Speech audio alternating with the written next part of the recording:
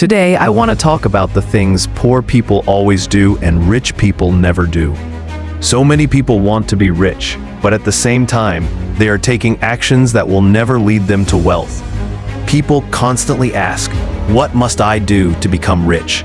The truth is, before anything else, stop doing what poor people do. By doing so, you will get rich faster. That is what we will cover today. I have compiled 9 things that the poor always do and the rich never do. Regardless of nationality or country, it's the same everywhere. The first is living beyond your means. This is when people buy things they simply cannot afford. I truly don't understand people who buy iPhones or cars on credit. And the worst manifestation of this is financing weddings or major events with borrowed money. This is a direct road to poverty. Rich people simply do not do this. Why? Rich people became rich because they know how to live within their means.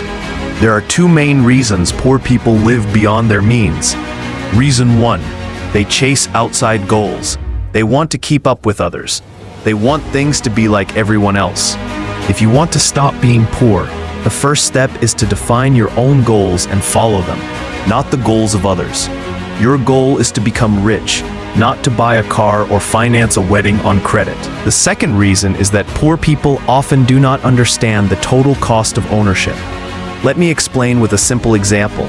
You buy a car, say for $50,000. Poor people think that is their total cost, but that is only the initial cost. After that comes taxes, the cost of parts, consumables, fuel, oil, and so on. The expenses snowball. When buying anything, you must always consider the total cost of owning that item. The second major point is that poor people always try to save and cut costs, while rich people primarily strive to invest.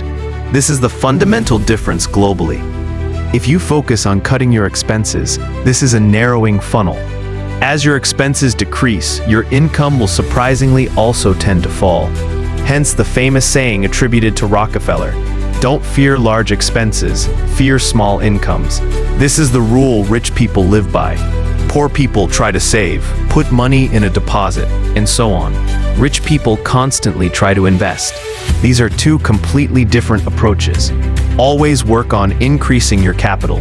No one has ever become rich thanks to bank deposits, and no one has ever become rich through saving. All rich people became rich only by increasing their income. Poverty is often not undeserved or unfair. It is usually an indicator of certain vices. Pride, they believe they already know everything. Laziness, they don't want to learn anything new. Envy, they don't want others to succeed and therefore don't want to develop themselves. The rich are people who are constantly developing. This is often a result of their activity. Rich people are active, and because of their activity, they take many actions. Due to these actions, they make many mistakes and failures. Mistakes and failures are the main drivers of self-development. It is highly possible that rich people become who they are precisely because of their activity and the many lessons they learn from their mistakes. Poor people generally avoid risks and refuse to learn and develop, often due to pride or simply a reluctance to take risks. Successful people constantly change the environment they interact with. They easily make acquaintances, attend exhibitions, conferences, and forums, and readily engage with strangers. Poor people, however, typically shrink away. They have complexes. They are afraid to approach others because of low self-esteem. They think, "Oh, if I approach them, I might be rejected." The real block is often pride. Pride does not allow them to face rejection, because rejection is perceived as extremely painful. If you feel this quality in yourself, you must overcome it. Make it a rule. If I want to be rich, I must socialize. I must not be afraid to approach people, and I must not be afraid of rejection. Overcoming the fear of rejection is the first skill salespeople master. If you don't learn to handle rejection correctly, you will never be able to sell anything to anyone. The 5th thing poor people do is living only for the day. They act reactively. Events happen, and then they react. As a result, they are constantly solving problems that appear every day. Poor people don't even have time for long-term planning. And the interesting thing is, if you don't have time to plan, that time will never appear. you will constantly run on a treadmill.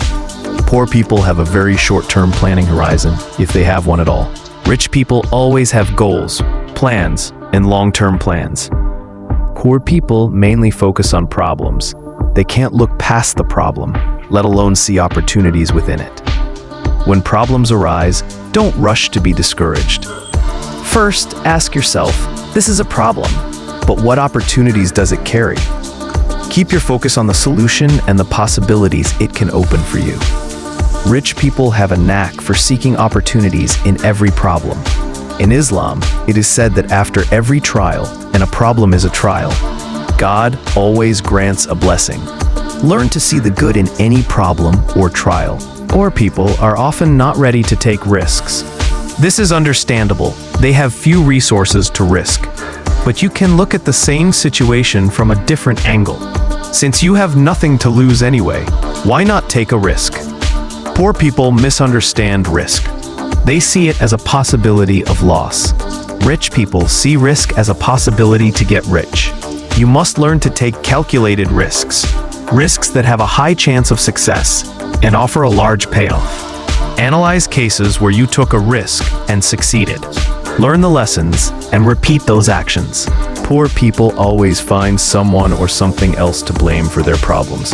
It could be the weather, traffic, the government, the boss, or a neighbor. They always see the guilty party externally. The problem with this approach is that when you blame external factors, you do not take responsibility for your actions and your life. And if you are not responsible, why should you change? If the weather is to blame, why should you change? When you take responsibility for your life and say, yes, I got wet because I didn't take an umbrella, not because of the rain, the next question immediately arises. What do I need to do to prevent this from happening again? This is the first question from which self-development begins. Never blame others or circumstances. Take responsibility and ask yourself, what do I need to do to prevent this? Poor people do not value their time, energy, or attention. They spend enormous amounts of it aimlessly, hanging out on social media, watching videos, gossiping, and participating in futile debates. Even those who don't waste time generally undervalue their time and energy. To learn to value your time doesn't mean demanding a higher salary immediately. It means instead of wasting time, invest that time, energy, and attention into your self-development and the acquisition of new skills and knowledge. Time and energy spent on self-development will lead to a return in the form of higher-paying work. These points require effort, but no one said life is a comfortable walk.